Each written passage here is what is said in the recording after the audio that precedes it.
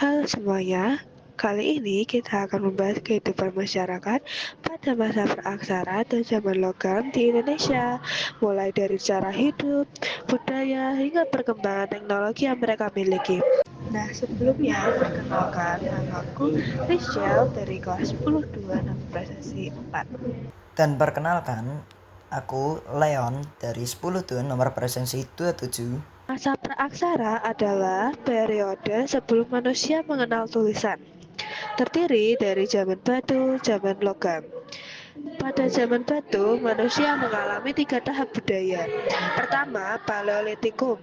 Sekitar 12.000 tahun lalu, mereka hidup nomaden, berburu, dan mengumpulkan makanan dengan alat sederhana dari batu dan tulang. Kedua, Mesolitikum, antara 10.000 hingga 2.500 tahun sebelum Masehi, mulai mengenal api dan tinggal lebih menetap di gua, serta membuat lukisan di dinding sebagai bentuk kepercayaan. Neolitikum, sekitar 2500 tahun sebelum Masehi, manusia mulai bercocok tanam, beternak, dan hidup menetap dengan alat batu yang lebih halus. Budaya megalitik muncul sekitar 2500 tahun yang lalu dengan ciri khas penggunaan batu besar dalam sistem kepercayaan mereka. Mereka melakukan ritual penguburan lengkap dengan peralatan jenazah dan membangun bangunan batu sebagai tempat pemujaan leluhur.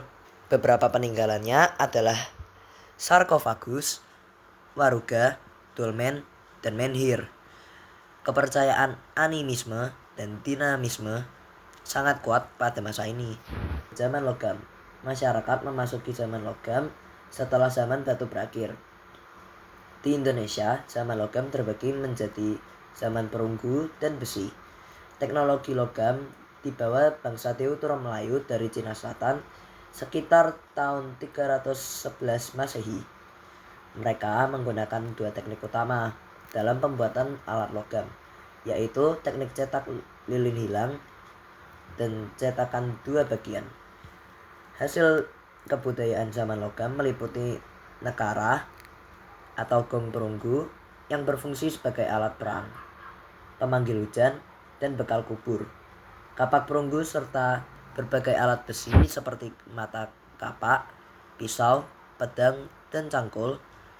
Meskipun sudah mengenal logam, pembuatan gerabah tetap berlangsung dan digunakan sehari-hari serta sebagai bekal kubur.